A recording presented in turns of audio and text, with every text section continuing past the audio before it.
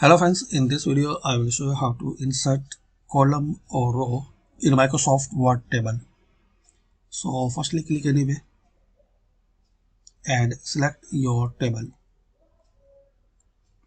or click on table layout.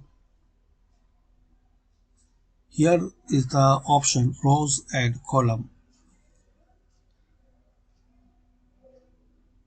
Keep your cursor anywhere, like you want to add one column before this column.